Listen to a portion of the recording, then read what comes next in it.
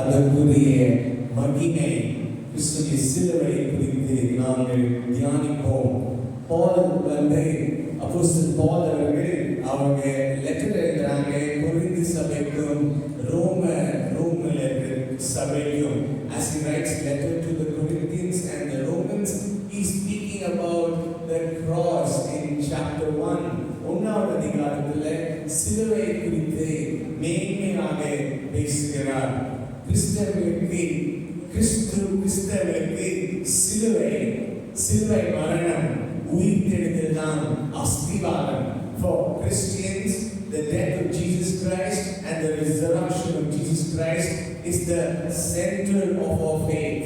1 Corinthians 3 வசனம் சொல்கிறது, Jesus was born of the seed of David according to flesh, and he was declared the Son of God with power according to the Spirit of holiness by the resurrection from the dead.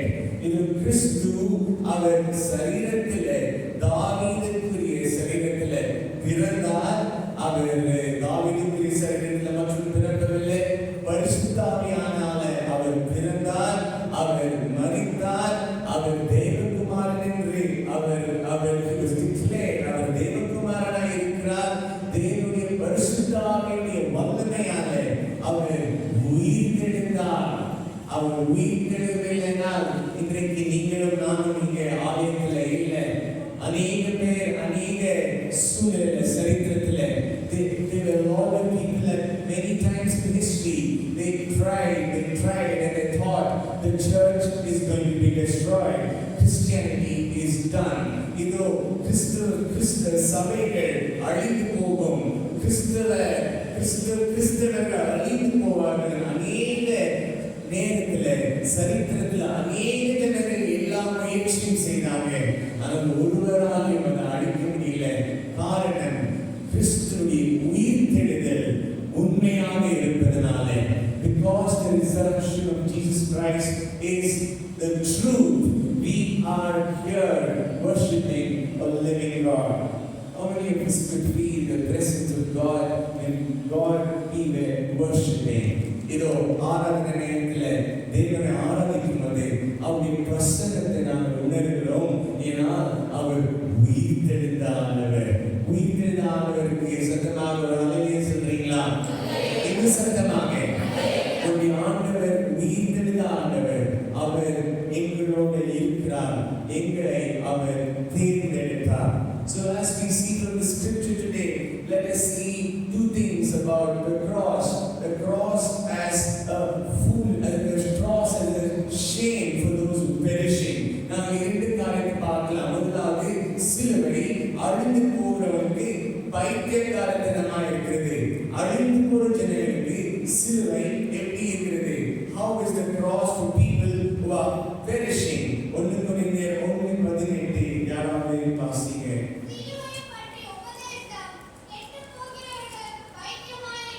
சிலுவையுடைய உபதேசம் கெட்டு போகிறவர்களுக்கு பைத்தியமாக இருக்கிறது. இது கெட்டு போற ஜனங்களுக்கு பைத்தியக்காரத்தனமாக இருக்கும். யாரெல்லாம் தேவனை அறியாமல் இருக்கிறாங்களோ, யார் தேவனை தேடுவதில்லையும், யார் தேவனோடு தூரம் இருக்கிறாங்களோ, சிலுவை அவங்களுக்கு பைத்தியக்காரத்தனமாக இருக்கும். சிலுவை அது வெட்கமான காரியமா இருக்கும். சிலுவை ஒரு ஃபேஷனா இருக்கும். சிலுவை அவமானக்குரியதா இருக்கும். எத்தனை பேர் பார்த்துருக்கீங்க சிலுவையில காலில் மூக்கில் நாக்குல தொங்க போட்டுருப்பாங்க. இன்னொரு ரீசெண்டாக இப்போ ஒரு சில மாதங்களுக்கு முன்பதாக ஒரு காரியத்தை கேள்விப்பட்டேன். செருப்புல சிலுவை போட்டு அந்த செருப்பு சிலுவை மாதிரி இருந்து அதை போட்டு நடக்கிற ஜனங்கள் உலகத்தில் இருக்கிறாங்க. ஃபேஷனுக்காக they have the cross.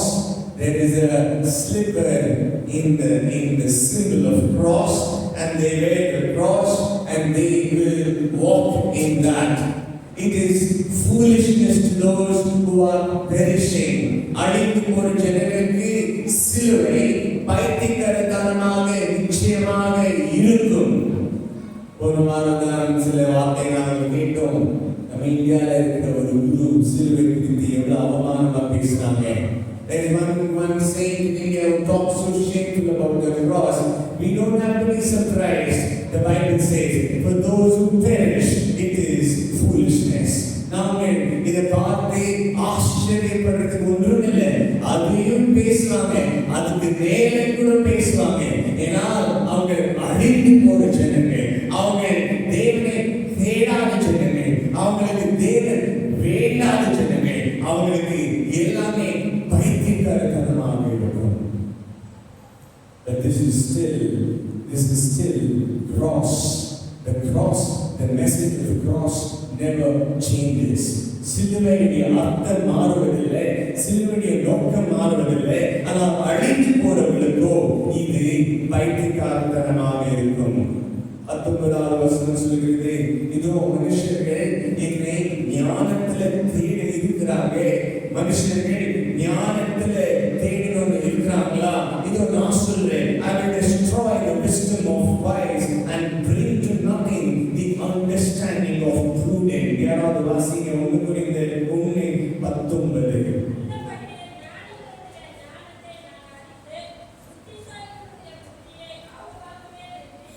ஞானத்தை நான் அழித்து புத்திசாலி புத்தியை நான் அவமானமாக்குவேன். இதோ 20 சொல்லுது, where is the wise, where is the scribe, where is the wise and the scribe? You will not know me by your wisdom. நீங்கள் உங்களுடைய ஞானத்தினாலே உங்களுடைய திறமையாலே என்னை நீங்கள் தெரிந்து கொள்ள முடியாது. இதோ இந்த உலகம் ஞானத்தினாலே கிறிஸ்துவை தெரிந்து கொள்ளவில்லை, தெரிந்து கொள்ள முடியாது. 22 சொல்கிறது, யூதர்களோ அவங்க சின்னத்தை எதிர்பார்க்கிறாங்க, கிரேக்கர்களோ ஞானத்தை எதிர்பார்க்கிறாங்க. ஆனால் அவங்க தேவனை அறிந்து கொள்ளவில்லை. They did not know the Lord by wisdom. They did not know the Lord by seeing signs and miracles, because you cannot find God by wisdom of this world. இங்க இருக்கிற யாருமே நம்முடைய ஞானத்தினால, நம்முடைய புத்தியால, நம்முடைய திறமையினால, உலகத்தினுடைய ஞானத்தினால கிறிஸ்துவை யாரும் தெரிந்து கொள்ள முடியாது. The more we attempt to know God by our wisdom, we never will find God. தேவனை தெரிந்து கொள்ள நமக்கு ஞானம் தேவையில்லை. தேவனை தெரிந்து கொள்ள உலகத்துக்குரிய காரியங்கள் நமக்கு உதவி செய்வதில்லை. இன்னைக்கு நிறைய பேருடைய புத்திசாலியானவர்கள் தேவனோட உறவுல இல்லை. In today's world, there are a lot of people who might be intelligent in the sight of the world, but they don't know God. தேவனை தெரியாத ஜனங்கள், புத்திசாலியானவர்கள் தேவனை தெரிந்து கொள்வதில்லை. 1 கொரிந்தியர் 2:14 சொல்கிறது, இதோ நாங்கள் சரீரத்துக்குரிய ஜனங்கள், நாங்கள் சாதாரணமான ஜனங்கள், நாங்கள் தேவனுக்குரிய காரியத்தை தெரிந்து கொள்ள முடியாது. யாராவது வாசிங்க 1 கொரிந்தியர் 2:14.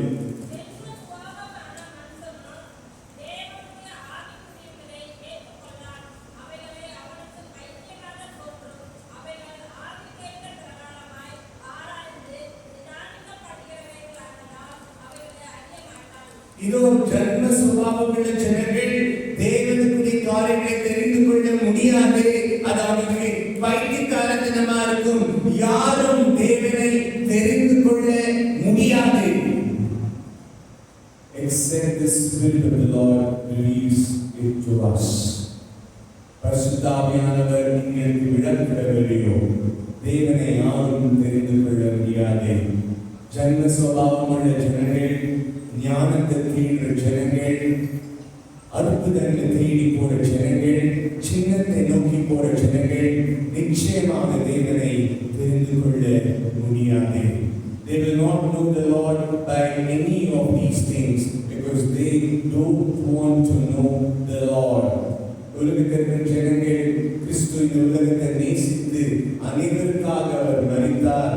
ஆனால் நிறைய பேர் ஜனங்களை ஏற்றுக்கொள்ளவில்லை. Many people don't accept him.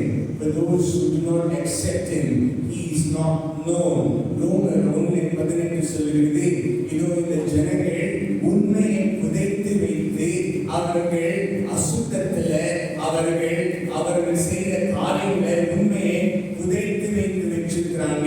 இந்த உலகத்துல தேவன் அவர் யார் என்று எல்லாவற்றையும் அவர் காண்பித்திருக்கிறார். He has shown to the whole world. His invisible attribute is clearly shown in the whole world since the creation of the world. His eternal power, His Godhead, it is shown to everybody, and nobody is without excuse to God. யாராவது வாசிங்க ரோமர் 1:18-20 வாசிங்க. சத்தியத்தை அநியாயத்தில அடக்கி வைத்திருக்கிற ஜனங்கள்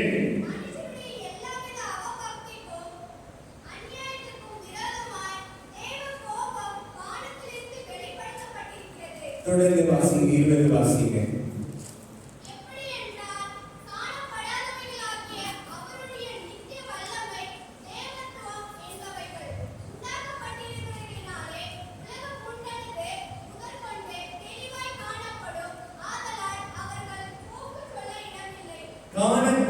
காணப்படாதபடி தேவனுடைய அநேக காரியங்கள் உலகம் உருவான நாளிலிருந்து அது எல்லாவற்றையும் தேவன் காண்பித்திருக்கிறார். His eternal power, His Godhead is visible throughout the whole world, throughout the whole creation. The whole world is a proof for God. And here it says the Godhead, இதோ created தேவனுக்குரிய சத்தியங்கள் இந்த உலகம் உருவான நாளிலிருந்து தேவன் எல்லாவற்றையும் ஜனங்களுக்கு வெளிப்படையாக காண்பித்திருக்கிறார்.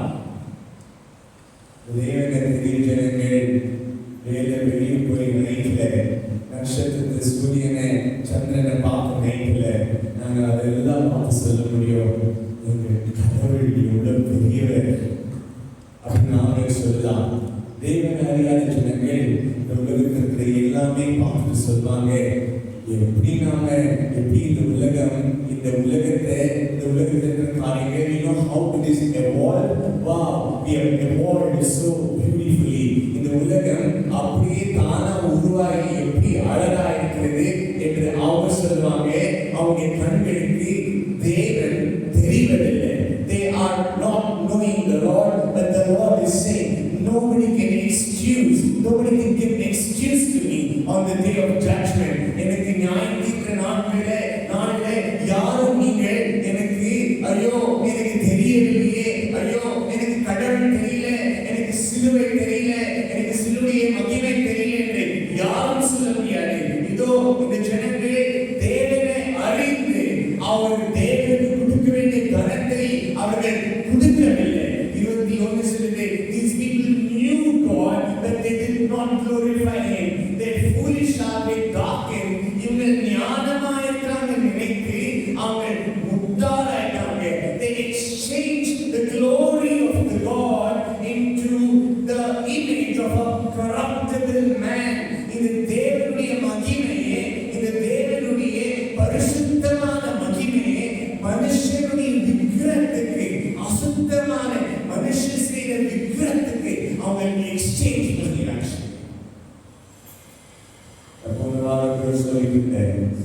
God can tolerate anything, but He will not tolerate worship of false God.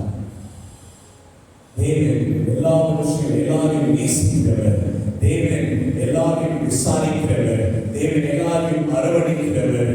ஒரு காரியம் தேவனுடைய இருதயத்துக்கு அது விரும்பாத காரியம் விக்கிரக ஆராதனை, அந்நிய தேவனுக்கு கொடுக்கிற ஆராதனை.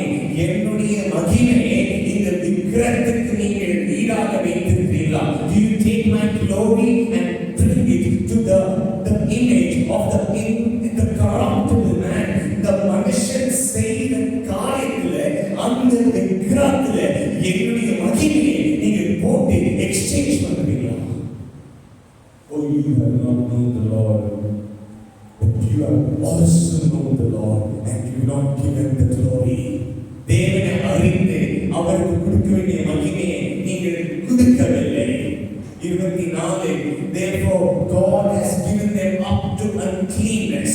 இதோ இந்த தேவனை அவர்களை ஒப்புவித்தார். அவர்களை அசுத்தத்துக்கு, அவர்களை சில பிராக்டிசஸ்க்கு தேவன் ஒப்பு கொடுக்கிறார். ஏனால் இவர்கள் தேவனை விரும்புவதில்லை. The Lord is submitting them to uncleanness. The Lord is handing them over to the dark forces, to the darkness, because they don't choose God. There is a truth in the Bible which is it is a truth we need to understand. வேதத்தில் சத்தியங்களை நாம் புரிந்து கொள்ள வேண்டும். தேவனை விரும்பாத ஜனங்களுக்கு, தேவனை எதிர்த்து தூரமாய் போனோம் இருக்கிற ஜனங்களுக்கு தேவனை வழியாயப்படுத்தி தூரமாய் தள்ளிவிடுகிறார். He forces them, he pushes them away from the truth because you want darkness. நீங்கள் விரும்புவது வெளிச்சம் இல்லை, நீங்கள் விரும்புவது இருள்தான். நானே உங்களை இருளுக்கு ஒப்பு கொடுக்கிறேன். இதோ they exchange the truth of God for a lie. இதோ 24 சொல்கிறது, இவர்கள் தேவனுடைய சத்தியத்தை பொய்க்கு மாற்றிவிட்டாங்க. ஏன் இந்த தேவனை அறியாத ஜனங்கள் ஒன்றும் தெரியவில்லை இல்லை. they know the truth. அவங்களுக்கு வெளிச்சம் தெரியும், அவங்களுக்கு சத்தியம் தெரியும். அது தெரிந்து அதை அவங்க பொய்க்கு ஒப்பு கொடுத்தாங்க. இதோ அவர்கள் தேவன் படைத்த படைப்பை அவங்க ஆராதிக்கிறாங்க. தேவன் உருவாக்கின தேவனை அவங்க ஆராதிப்பதில்லை. They are going behind creation and they forget the creator, and so the Lord is giving them up to wild passions. தமிழ்ல அர்த்தம் தெரியல, யாராவது வாசிங்க 26. தேவன் இவங்களை சில காரியங்களுக்கு ஒப்பு கொடுத்திருக்கிறார்.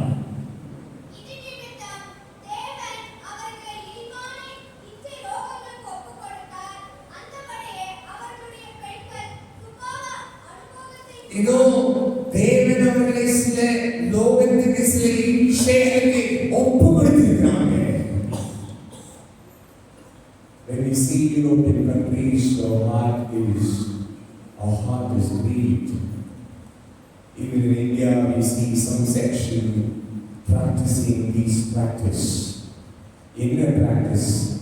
ஒரு விசித்திரமான ஒரு லைங்கீக சம்பந்தம், ஆணையும் பெண்ணையும், a man having unnatural affection towards men and women for men, men get marrying men, women marrying women, LGBTQ community. Here the word of God says, because you didn't want God, because you are exchanging the truth of God for life, I am handing over you to unnatural desires. What a curse of God on those who don't want God.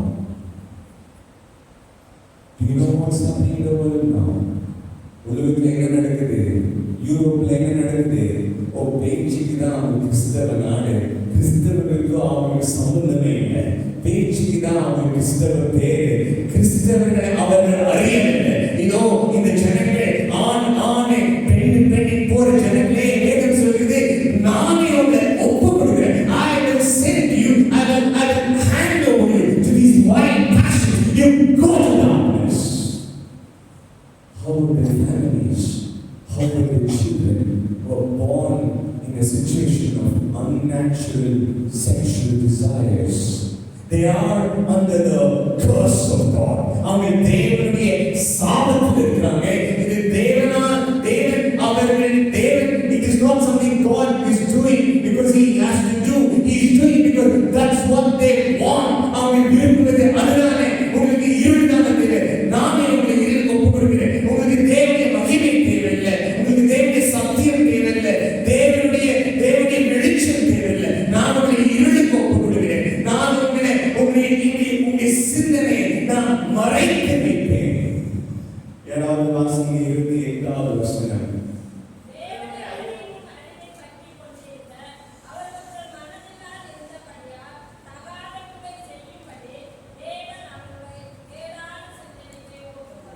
என்ன சிந்தனைக்கு? கேடான சிந்தனைக்கு தேவனை ஒப்பு கொடுத்தார். Oh, they did not like to retain God in their knowledge. knowledge, and so God gave them up to teenage mind. இதோ தேவனை அவங்க ஞானத்திலே அவங்க பெற்றுக்கொள்ளவில்லை, அதை அவர்கள் தேடவில்லை, அதை அவர்கள் விரும்புவதில்லை. அதனால தேவனை சொல்றார், உங்களை நான் கேடான சிந்தனைக்கு நான் ஒப்பு கொடுக்கிறேன். Certainly there are some mental disorders. I do not deny there are mental disorders, but this is a spiritual disorder. God is darkening their mind and understanding. அவங்க சிந்தனை, அவங்க மைண்ட், அவங்க தாட் ப்ராசஸ், அவங்க நினைப்பது அதெல்லாமே ஒரு விதத்துல கெட்டு போச்சு. So there are a lot of mental disorders, but there are also mental disorders which is a result of spiritual disorder in their life. தேவனை தேடாததுனால, தேவனை விரும்பாததுனால, தேவன் அவர்களை ஒப்பு கொடுக்கிறார், தேவனுடைய சிந்தனைகளை இருள வைத்திருக்கிறார், தேவன் அவருடைய சத்தியங்களை மறைத்து வைக்கிறார். இதோ இதற்கு காரணம் தேவன் அல்ல, நாம் என்றால் we are the reason, because when we don't want God, He makes way for us to go away from God. It's very sad for us when we don't come to light when God is speaking in the light. தேவன் எங்களோட வெளிச்சத்தில் பேசுவது, தேவன் எங்களோட அவர் சத்தியங்களை வெளிப்படுவது, நான் தள்ளிக்கொண்டே இருந்தால், நான் அதை எதிர்த்து கொண்டே இருந்தால், அதை தாமதம் செய்து கொண்டே இருந்தால், இந்த வசனம் சொல்கிறது, they didn't want to retain the knowledge of God. இதோ தேவனுடைய காரியங்கள் அவர்கள் விரும்பவில்லை, அவர்கள் அதை செய்யவில்லை. தேவன் அதை சொல்லி பார்த்து செய்யாமல் இருந்தது. ஒரு நாள் வரும், ஒரு சூழ்நிலை வரும், ஒரு நேரம் வரும், தேவன் சொல்றாங்க, முடிந்தது, நானே உங்களை ஒப்பு கொடுக்கிறேன், நீங்கள் என்னை புரிந்து கொள்ள முடியாது. You can't know me because your heart and mind is darkened. Today is the day of salvation. If the Lord is speaking to you, come to Him today. ஒருவேளை தேவன் நம்மளோடு பேசிக் கொண்டிருந்தால், இன்றைக்கு ரட்சிப்பு நாள், இன்றைக்கு தேவனுக்கு ஒப்பு கொடுங்க. இன்னொரு நாள் இல்லை, இன்னொரு சூழ்நிலை இல்லை. இப்பொழுது நாம் தேவனை தள்ளிவிட்டால், தொடர்ந்து நாம் தேவனை தள்ளிக்கொண்டே இருந்தால், ஒரு நாள் தேவனை நம்மை தள்ளிவிடுவார். This is foolishness for those who are perishing. The Bible says the cross is a symbol for us who are being saved. யாராவது வாசிங்க, 1:18 யாராவது வாசிங்க.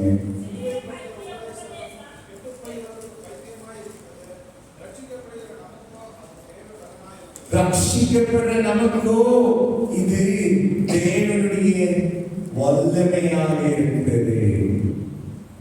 Paul சொல்றாங்க, I am not ashamed of the gospel. நான் இந்த சுவிசேஷத்தை குறித்து நான் வெட்கப்படுவதில்லை. It is the power of God for salvation for all those who believe. தேவனை விசுவாசிக்கிற எல்லாருக்குமே இது தேவனுடைய வல்லமை. முதல்ல யூதருக்கு, அப்புறம் கிரேக்கர்களுக்கு, இந்த உலகத்தில் இருக்கிற எல்லாருக்கும் இந்த சிலுவை இது தேவனுடைய வல்லமை. This is the power of God. This is the righteousness of God. For those who are called, both the Jews and the Gentiles and the Greeks, it is Christ, the power of God and the wisdom of God. இது தேவனுடைய ஞானமும், தேவனுடைய வல்லமையும், தேவனுடைய நீதியும், தேவனுடைய ரட்சிப்பும், தேவனுடைய சுத்திகரிப்பும் இதில் இருக்கிறது. This is the sanctification, the righteousness, the redemption of God, and in this we glorify the Lord Jesus Christ. நாங்கள் எதில் மகிமைப்படுத்துகிறோம்? இதோ கிறிஸ்துவிலே நாங்கள் மகிமைப்படுத்துகிறோம். இதோ இந்த சிலுவை எங்களுக்கோ அது தேவனுடைய வல்லமை. We all are here to celebrate and acknowledge the power of God in the gospel. நீங்களும் நாமும் ஒருவேளை தேவன் நம்மளை தொடாமல் இருந்தால், நாங்கள் தேவனை விட்டு தூரமாய் இருக்கிற ஜனங்கள். But it is the power of God. இந்த சிலுவை, இந்த உபதேசம் எங்களுக்கு தெரியும், உங்களுக்கு தெரியும், ரட்சிக்கப்பட்டிருக்கிற உங்களுக்கும் எனக்கும் தெரியும். இது தேவனுடைய வல்லமை. 1 Corinthians 2:4 பவுல் சொல்றாங்க, நான் உங்களோட வரும்போது நான் மனுஷ ஞானத்துல உங்களோட பேசவில்லை, ஆனால் தேவனுடைய பரிசுத்த ஆவியால வல்லமையால தான் நான் இந்த காரியங்கள் நடந்தது. இதோ நான் பேசுவது தேவனுடைய ஞானம் தான், தேவனுடைய வல்லமையால் தான் இது நடக்கிறது, என்னுடைய ஞானத்துல இல்லை. நாங்கள் தேவனுடைய ஞானத்தை உங்களுக்கு போதித்தோம். We speak the wisdom of God and not the wisdom of men. இதை அவர் எதுக்கு சொல்றாங்கன்னா, அவங்க சபையில சில கன்ஃபியூஷன், சில டிவிஷன் இருக்குது. அப்போ அவர் சொல்றார், நான் இல்லை, எனக்குள்ள நீங்கள் சில காரியங்களை நீங்க நினைச்சுக்காதீங்க, அது தேவனுக்குரியது, அது தேவனுக்குரியது. நான் ஒன்றும் பண்ணல.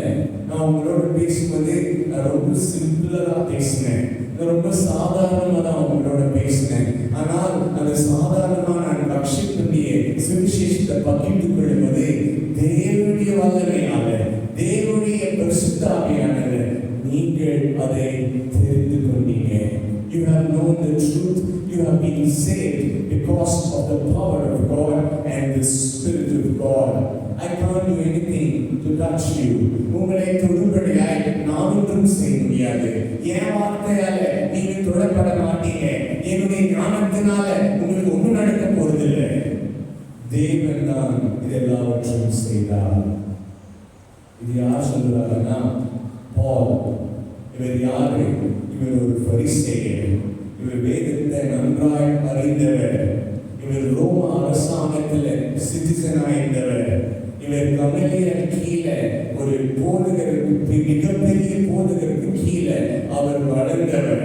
He has the wisdom. He has the pride to call him a Roman citizen. He has the pride to call him a Pharisee. He knows the law in and out, and he is under a great teacher, Gamaliel. But he says, it's not because of my personality you have known the law. என்னால் இல்லை, என்னுடைய பேச்சியால் இல்லை, தேவனுடைய வல்லமையான. சரித்திரத்தில் அநேக பிரசங்கியார்கள் இருக்கிறாங்க. Of late I've been trying to do a study on all the preachers of the last 20 centuries. கடந்த வந்த 20 வருஷம், 22,000 வருஷத்தில் இருக்கிற எல்லா பிரசங்கிகளும், மிக முக்கியமான பிரசங்கிகளும், முதல்ல இருந்து ஒரு 20 volumes book in the science library. I had a desire to read about all the preachers. The 2 volume I முடிச்சிட்டேன். I realized there are a lot of preachers in the past history. They never spoke boldly, they never spoke commandingly. Many preachers, they just had their book and they just read very softly. அவங்க கையில் ஒரு book இருக்கோ, அவங்க ஜனங்களை மூச்சு கூட பார்க்க மாட்டாங்க. அவங்க கீழே வச்சுட்டு பேசாம அவங்க படிச்சுட்டு போவாங்க. அவங்க வாய்ஸ் ரொம்ப சாஃப்டா இருக்கும். ஆனால் அவங்க அதை படிச்சுட்டு போகும்போது நூறுக்கணக்கான ஜனங்களுக்கு கிறிஸ்துவ ரட்சகராக ஏற்றுக்கொள்வாங்க. அது எதனால தெரியுமா? நம்முடைய பேச்சு எதனால இல்லை, தேவனுடைய வல்லமை. It's not because of oral eloquence and all talk and all intelligence. It is by the power of God. Many times when you come to God, you come to God as a smart man. He will show you you are a fool. தேவனை தேடி வரும்போது நீங்க ஞானியான கடவுள்கிட்ட வாங்க. அவர் ஒரே அடிச்சு சொல்லுவாங்க, முட்டாளே. You come to me with smartness, you come to me with intelligence, I will hit you and show you your foolishness. What is needed for me to know God? It is not my intelligence, it is not my studies, it is not how much I earn, I ever சம்பாதிக்கிறேன், நான் எங்க வேலை செய்றேன், என் profession என்ன, எனக்கு எவ்வளவு காரியம் தெரிந்திருக்குது, இதனால நான் தேவனை தெரிந்து கொள்ள முடியாது. Many times it is just simple faith to God. You come with a diligent heart and open the நீங்க சாதாரணமா வேதத்தை திறந்து படிங்க. நான் முட்டாளா படிக்கும்போது தேவன் அவருடைய ஞானத்தினால உங்களுக்கு விளக்கி காண்பார். By the wisdom of God, He will show you the greatness in the Bible. Every day when you get up in the morning, make this prayer before you read the Bible. Please help me to understand it by the Spirit of God. ஆண்டவரே, பரிசுத்த ஆவியானவரை நான் தெரிந்து கொள்ளும்படியாய் எனக்கு நீர் உதவி செய்யுங்க. என்ன மத்திய புஸ்தகம் 10 தடவை நான் வாசிச்சேன். அதே தானே இருக்கும் போது நான் வாசிக்கும் போது என்னோட ஒருவேளை நான் எதுவும் புதுசாக தெரிந்து கொள்ளவில்லை. ஏன்னா I was trying to depend on my knowledge of what I know. No. When you read the Bible, come to a point where you say, Lord, you help me to understand by your Spirit, Lord. Another வாசிங்க 1 Corinthians 2:7, 1 Corinthians chapter 2 verse 7. Paul சொல்றாங்க, I am not speaking human wisdom, I am speaking the wisdom of God. நான் என்ன குறித்தும் உலகத்துக்குரிய ஞானத்தை குறித்து நான் பேசவில்லை, தேவனுடைய ஞானத்தை குறித்து நான் பேசுகிறேன். அது என்ன ஞானம்? யாராவது வாசிங்க 1 Corinthians 2:7.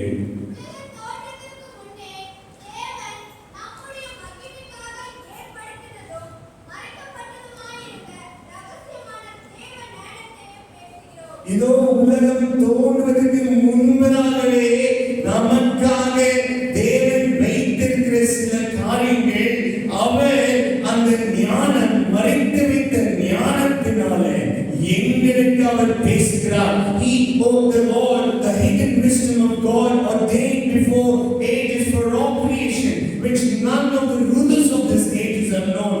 These things God has prepared for those who love Him, and God reveals it. தேவனை விசுவாசிக்கிறவங்க, தேவனை நேசிக்கிறவங்களுக்கு இந்த ரகசியங்களை தேவன் தெரியப்படுத்துகிறார். இந்த சத்தியங்களை தேவன் தெரியப்படுத்துகிறார். இந்த விளக்கத்தை தேவன் தெரியப்படுத்துகிறார். ஆனால் நீங்களோ உலகத்தின் ஞானத்தில் கான்ஃபிடன்ஸ் வைத்திருக்கிற நீங்களோ, your eyes have not seen it, your ears have not heard it. உங்க கண்கள் பார்க்க முடியல, உங்க செவிகள் கேட்க முடியல. nor has entered into the heart of man. இது எந்த ஜனமே இதற்கு போகவில்லை. தேவனை அவள் தேடாத ஜனங்களே, உங்க கண்கள் பார்க்க முடியாது, உங்க செவிகள் கேட்க முடியாது. ஆனால் தேவனை தேடுகிற நீங்களோ, தேவனை நேசிக்கிற நீங்களோ, உங்களுக்காக முதலில் மறைத்து வைத்த தேவனுடைய ஞானம் வெளிப்படும். There is no book like the Bible in the world to speak about God. When you read the Bible, the wisdom of God is revealed. The understanding of the scriptures by the Spirit of God comes to light. நீங்கள் வேதத்தை வாசிக்கும்போது தேவனுடைய ஞானம் உங்களுக்கு வெளிப்படுகிறது. தேவனுடைய அர்த்தங்கள் உங்களுடைய கண்களை திறந்து அதனுடைய விளக்கம் உங்களுக்கு தெரியப்படுகிறது. When you honestly love God and open the Bible and read it, He will talk. அவர் நிச்சயமாக உங்களோட அவர் பேசுவார். இதெல்லாம் நமக்கு பரிசுத்த ஆவியானவர் தெரியப்படுகிறது. பரிசுத்த ஆவியானவர் தான் தேவனுக்குரிய காரியம் தெரியும். 11வது வசனம் யாராவது வாசிங்க. 11 1 Corinthians 1:11.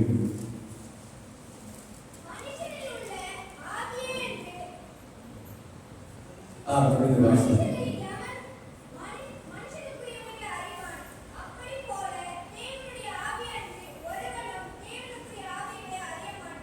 தேவனுடைய ஆவி இல்லாமல் யாரும் தேவனுடைய காரியங்களை அறிந்து கொள்ள முடியாது. The Spirit searches the deep things of God. இது தேவனுடைய காரியங்கள்.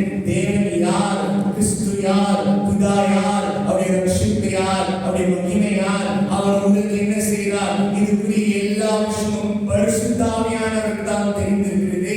இந்த பரிசுத்த ஆவியானவர் எங்களுக்கு இருப்பதனால, since we have received the Spirit of God, we might know all these things freely given to us by God. இதெல்லாம் தேவன் நமக்கு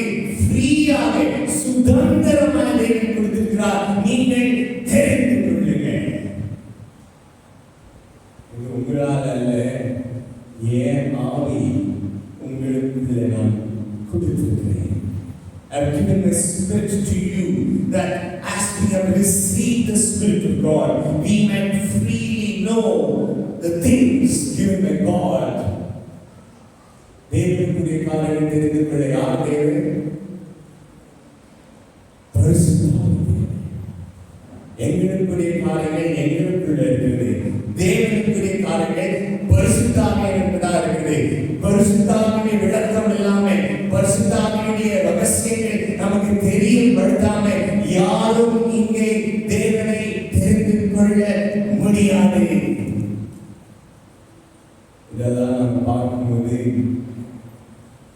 என்ன பாராட்டுக்குள்ள என்ன இருக்குது? எல்லாம் கிறிஸ்துதான். All is Christ and I am nothing. It is because of Christ, the power of God, the wisdom of God, the Spirit of God, the glory of God.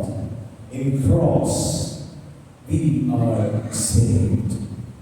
தேவனுடைய வல்லமை, தேவனுடைய பரிசுத்தாவியானவர், தேவனுடைய ஞானம், தேவனுடைய மகிமை எங்கே இருக்கிறது?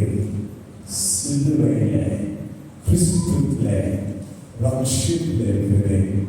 அந்த மகிமையால நீங்கள் நாமும் ரட்சிக்கப்பட்டோம். நமக்கோ இது this is the power of God. இதுதான் தேவனுடைய வல்லமை. I want each one of us to think of the day you had known the Lord. I had known the Lord. I did not know the Lord because I was born in a pastor's family. Yesterday when I was sharing in the workshop, it's a wrong assumption to think because you are in a pastor's family, you know the Lord. No. 12 வயசு வரையும் எங்கள் அப்பா அம்மாவோட ஊழியத்தில் ஈடுபட்டிருந்தாலும், சபையிலேயே இருந்திருந்தாலும், தொடர்ந்து வாரம் சர்ச்சிலேயே இருந்திருந்தாலும், எல்லா இடத்துலையும் அப்பாவோட நான் எங்கே போனாலும் நான் தேவனை தெரிந்து கொள்ளவில்லை. கிறிஸ்தவ குடும்பத்தில் பிறகுதான் கிறிஸ்தவனாயிருமா? இல்லை. அதற்குரிய தேடுதல் எனக்குள் இருக்க வேண்டும். I need to have that search to God. I need to have that love to God. I need to have that quest to God. And as you search God, He reveals Himself to you. நீங்கள் தேவனை தேடுவது அவர் உங்களுக்கு விளக்கி, அவர் உங்களை அழைத்து, அவர் உங்களை கையிலே எடுத்து ரட்சித்துக் கொள்கிறார். என்னப்பா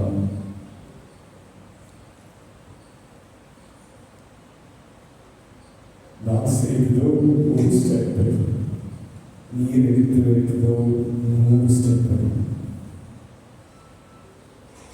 All that I did was one step to know God. He took thousands and millions of steps all the way from heaven to come down by the power of His cross, the wisdom of God. He just, when you lift your hand, when you just attempt to lift your hand, keep it there. When you just lift your finger, He is just pulling you to Him. It's not because I came to Him. He pulled me because of that one quest to God, that search to God, and He shows, I will show you my power, my glory, my wisdom, which I saved from the time even before the creation of the world. The உலகம் உருவாக்கப்படும் முன்பதாக நான் சில ஞானத்தை வைத்திருக்கிறேன். All that I'm seeing is you just look to me and I will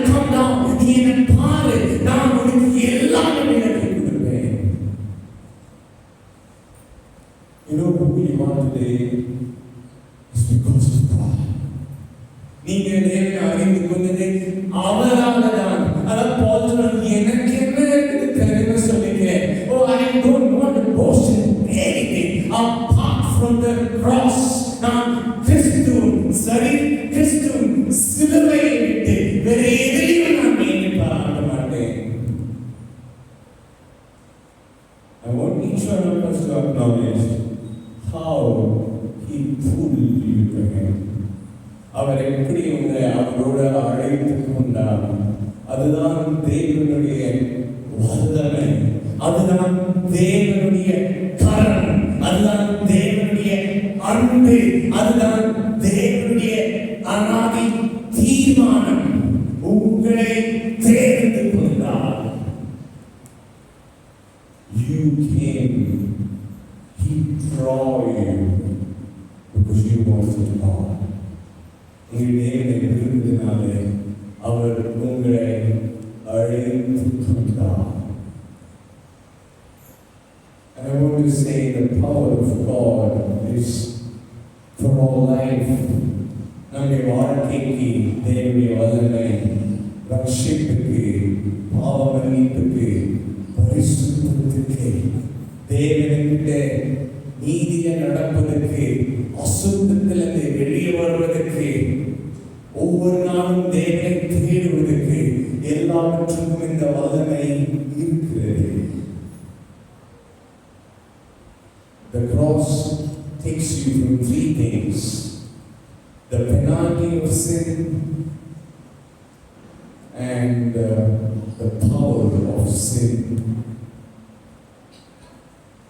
உங்களை பாவத்தின் சம்பளத்திலிருந்து விடுதலை ஆக்கும்படியாய் சிலுவை, உங்களை பாவத்திலிருந்து விடுதலை ஆக்கும்படியாய் சிலுவை, உங்களை பாவத்திலிருந்தும் சரி, பாவத்தின் சம்பளம் மரணத்திலிருந்தும் சரி விடுதலை ஆக்கும்படியாய் இந்த சிலுவை. And I pray this power of sin in your life. Ask and exhibit the power of God over the sin.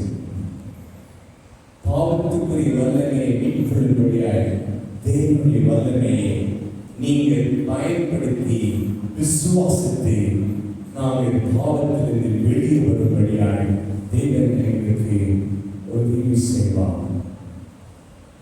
And I pray that we will come to God with just our hearts filled with thanksgiving to say, oh, the cross is the power of God for me. If not for the cross, ஆண்டவரே, சிலுவை இல்லைன்னா நான் எங்கே ஆண்டவரே? நீங்க ஆண்டவரே என்னை தேர்ந்தெடுத்து என்னை நீ அழைத்து கொண்டீர். இது எனக்கோ ஒரு மகிமை. As I close now, if you have time, please go and read 1 Corinthians chapter 1 and Romans chapter 1. You see the wisdom of God. தேவனை அறியாத ஜனங்கள், தேவன் வேண்டாம் என்று சொல்ற ஜனங்கள் தேவன் தள்ளிவிடுகிறார். தேவனுடைய ஞானத்தை உதாசீனப்படுத்துகிற அவர்களை தேவன் அவருடைய இருளுக்கு ஒப்பு கொடுக்கிறார். தேவனுடைய மகிமையை எடுத்து அது மனுஷனின் காரியத்தை எக்ஸ்சேஞ்ச் பண்றவங்களுக்கு தேவன் அவர்களை இருளான காரியத்துக்கு தள்ளிவிடுகிறார். தேவனை விசுவாசிக்காத ஜனங்களுக்கு இந்த சிலுவையும் அது வெட்கமான காரியம். தேவனை விரும்பாத ஜனங்கள் உலகத்தின் ஞானத்தினால் தேவனை தெரிந்து கொள்ள முடியாது. அவர்களுக்கு தேவனின் ஞானம் மறைக்கப்பட்டிருக்கிறது. ஆனால் உங்களுக்கோ எனக்கோ தேவனை விரும்புகிற அனைவருக்கும் தேவனுடைய ஞானம், தேவனுடைய வல்லமை, தேவனுடைய பரிசுத்த ஆவியாலே அவர் எங்களை அழைத்துக் கொள்கிறார். And let us thank God and understand that a God whom we worship is an amazing God. கண்களை மூடி ஜெபநிலையிலே இருப்போம். The cross is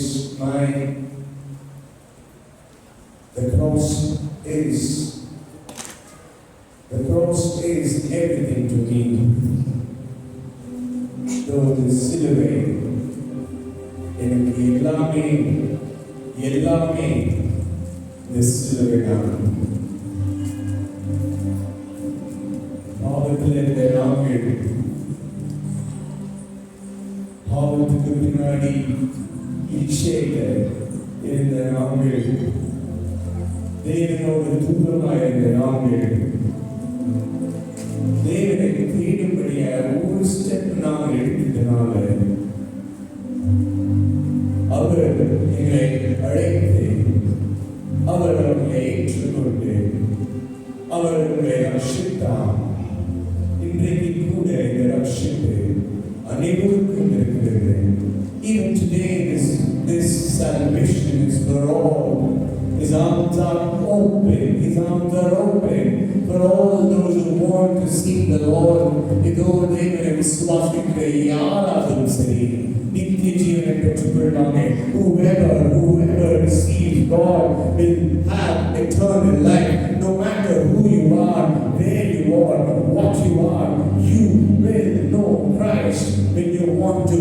இதோ நீங்கள் தேவனை தேடும்போது நீங்கள் நிச்சயமாக பெற்றுக்கொள்வீர்கள். நிச்சயமாக தேவனை அறிந்து கொள்வீர்கள். அதே நேரத்தில் நாமும் கூட அப்பா, நாம் மாத்திரம், எங்களுடைய குடும்பம் மாத்திரம், எங்களுடைய நீதியை மாத்திரம், எங்களுடைய பரிசுத்தம் மாத்திரம், எங்களுடைய லைஃப் ஹிஸ்டரியை மாத்திரம், ஆனால் நீர் என்னை ரட்சித்தீராண்டவரே, நீர் என்னை ரட்சித்தீராண்டவரே, உங்களை நான் ஆராதிக்கிறேன், உங்களை நான் ஆராதிக்கிறேன், உங்களை நான் தொழுது கொள்கிறேன். தூரமாயிருந்த நான் நீர் என்னை தெரிந்து கொண்டீர். இருளில் இருந்த நான் நீர் என்னை தெரிந்து கொண்டீர். சிலுவையினால, கிறிஸ்துவினால நீர் என்னை தெரிந்து கொண்டீரப்பா. உங்களை நான் ஆராதிக்கிறேன் ஆண்டவரே.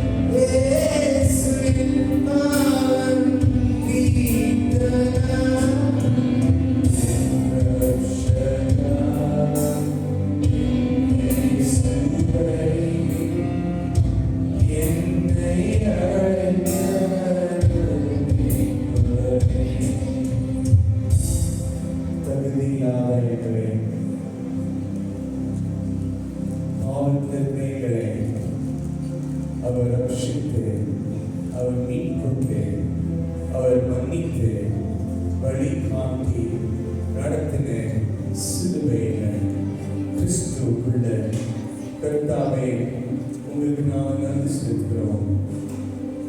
எனக்கு இன்று பெரிய பாராட்டிக் கொள்ள ஒன்றுமில்லாமா. I pray that we will humble ourselves before the Lord to know we have nothing to boast in us of. எனக்குள்ள பெரிய பாராட்டிக் கொள்ள ஒன்றுமில்லாமா. எனக்குள்ளே நாம் டிசர்வ் பண்ணுற காரியம் ஒன்றுமில்லாமா. It's not something I deserve, Lord. It's not something I can boast of in me. But if I have to boast, I will only boast in the cross and Christ. நான் பெருமை பாராட்டுகிற நாள் கிறிஸ்துவையும் சிலுவையை நான் பெருமை பாராட்டுவேன். அப்பா, எங்களை நான் தாழ்த்துகிறோம். எங்களை நீ தொட்டிருக்கிறீர். எங்களை தொடர்ந்து தேவனை சொல்லுங்க. ஒவ்வொரு நாளும் நாங்கள் ஒப்பு கொடுத்து பணியோடு நாங்கள் நடக்க, நன்றியுள்ள இதயத்தோடு நாங்கள் நடக்க எங்களுக்கு நீ உதவி செய்யும். இயேசுவின் உள்ள ஜெபம் கேட்கிறாவே. ஆமென். Praise the Lord.